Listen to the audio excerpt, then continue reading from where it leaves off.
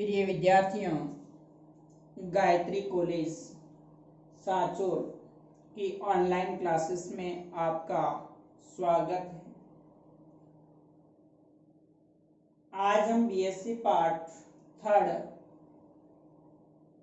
Organic chemistry के under unit second का जो टॉपिक है electrophilic substitution reaction of pyrrole, electron Shani प्रतिस्थापन अभिक्रियाएं जो पायरोल की है उसके अंदर नेक्स्ट जो रिएक्शंस है उस पर डिस्कस करेंगे। इससे पहले लेक्चरर में हमने जो पायरोल की इलेक्ट्रोफिलिक सब्स्टिट्यूशन रिएक्शन है जिसमें से नाइट्रीकरण, सल्फोनीकरण और हैलोजनीकरण इन पर डिस्कस किया था। अब नेक्स्ट कुछ और जो रिएक्शंस है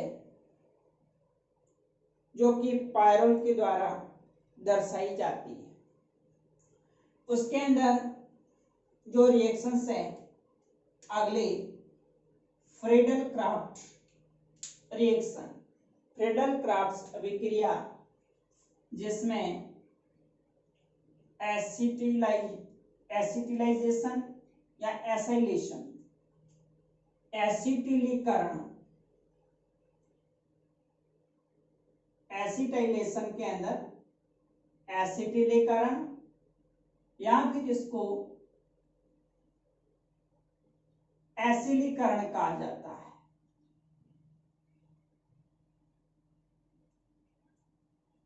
तो एसिटिलीकरण या एसिलीकरण के लिए आगे भी आपने फ्रीडल क्राफ्ट अभिक्रियाएं पढ़ी थी। फिनॉल है जिसमें या फिर बेंजीन है, उसके अंदर एसिटिक एनहाइड्राइड या फिर एसिटिल क्लोराइड होता है। वो AlCl3 उत्प्रेरक की उपस्थिति में अभिक्रिया करके सब्स्टिट्यूटेड प्रोडक्ट देता है। यहां हम पायरोल की इलेक्ट्रोफिलिक सब्स्टिट्यूशन रिएक्शन है जिसमें फ्रीडल क्राफ्ट रिएक्शन है, इसके अंदर जो पायरोल होता है इस पायरोल की अभिक्रिया acetic anhydride CH3 C double bond O O C double bond O CH3, यहां पर हम मंद उत्प्रेरक जो कैटालिस्ट होता है BF3 बोरॉन ट्राइफ्लोराइड या SnCl4 उत्प्रेरक की उपस्थिति में अभिक्रिया करवाई जाती है जिससे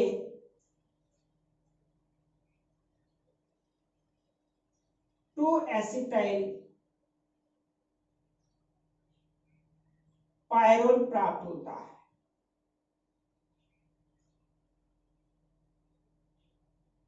इस अभिक्रिया को हम फ्रीडल क्राफ्ट अभिक्रिया कहा जाता है।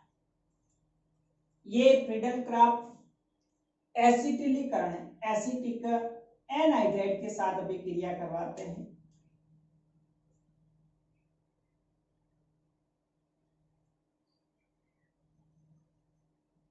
बोरॉन ट्राइफ्लोराइड या फिर SnCl4 10 टेट्राक्लोराइड जो कैटालिस्ट है उसको यूज में लिया जाता है। यहाँ पर निर्जल AlCl3 नहीं लेते हैं क्योंकि निर्जल AlCl3 होता है वो पायरोल के नाइट्रोजन परमाणु से लॉन पेयर के द्वारा क्या कर देता है, पॉलीमर यानी बहुलक का फॉर्मेशन कर लेता है।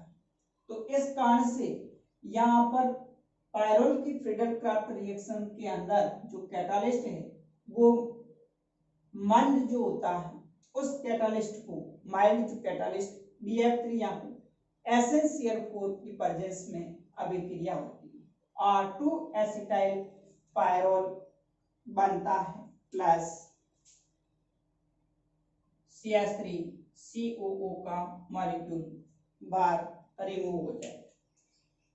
तो यहाँ पर दूसरे कार्बन पर उपस्थित हाइड्रोजन परमाणु होगा, बॉन्ड क्लीवेज होगा, यहाँ से निकला इलेक्ट्रोफाइल होगा, वो कार्बन के साथ में जुड़ेगा और यहाँ से निकला इलेक्ट्रोफाइल ऑक्सीजन के साथ में जुड़ करके एसिटिक एसिड बना देगा और दूसरे कार्बन से CH3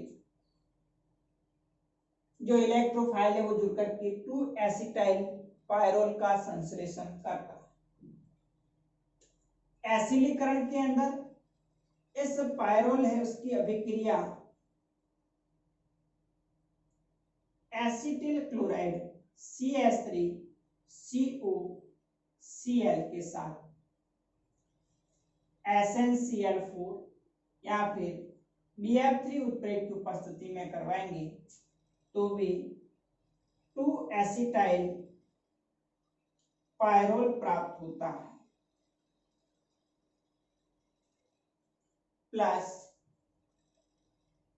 HCl मॉलिक्यूल रिमूव। तो यहाँ एसिटिलीकरण के अंदर एसिटिक एनाइड्राइड के साथ अभिक्रिया करवाएंगे और एसिडीकरण के अंदर एसिटिल क्लोराइड जो होता है इसके साथ में अभिक्रिया करवाई जाती है। तो इससे भी 2 एसिटाइल पायरोल बनता है।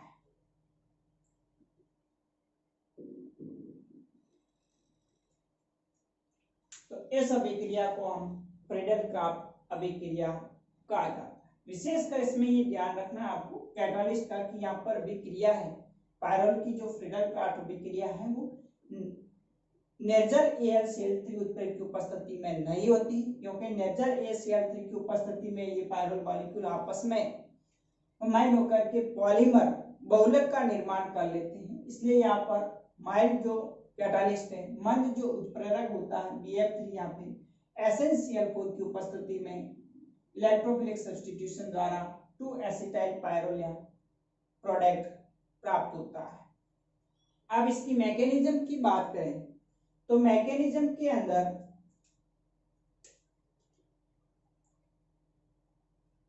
हम इलेक्ट्रोफिलिक सब्स्टिट्यूशन पढ़ रहे हैं।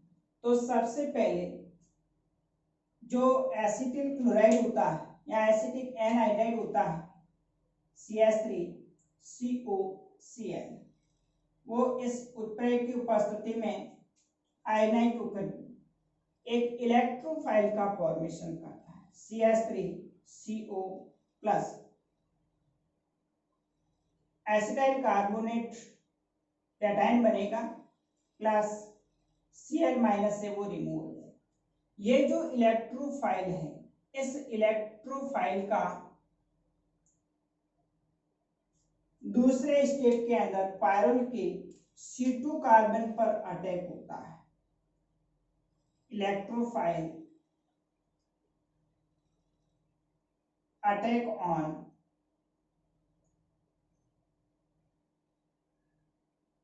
पायरोल।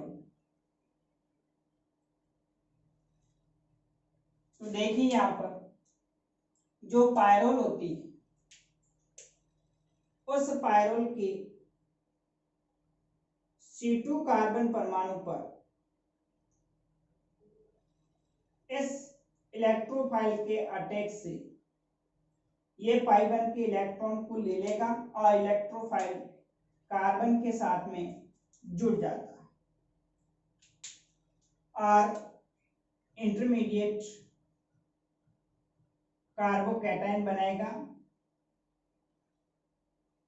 जो कि रेजोनेंस के द्वारा स्टेबल होता है। आगे इसमें इस प्रकार से अनुनाद होगा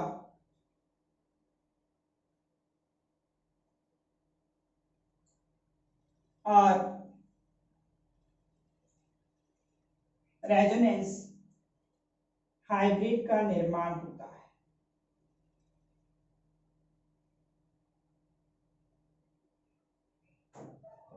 एन पर प्लस या पाई1 बन जाएगा HCOCH3। उसके बाद में फिर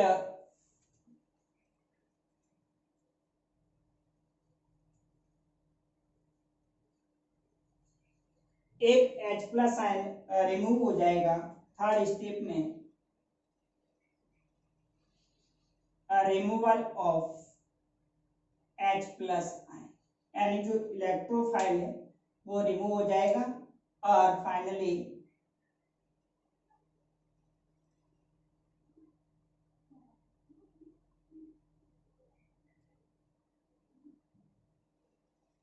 एसिटाइल पायरोल का संश्लेषण होता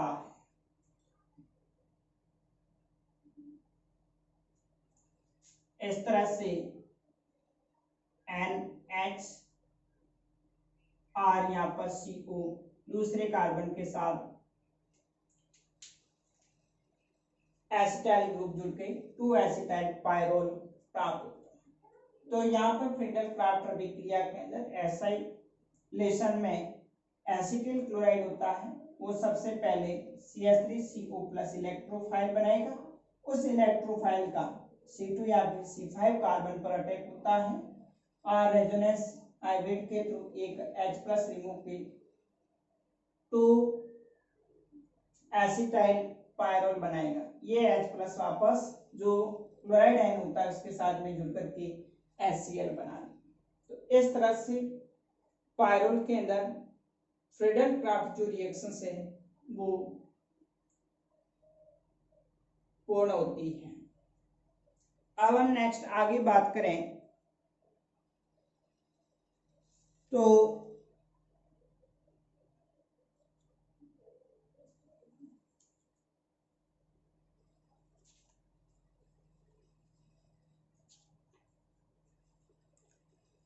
कभी कभी अगर एग्जाम में सवाल पूछा जाए कि यदि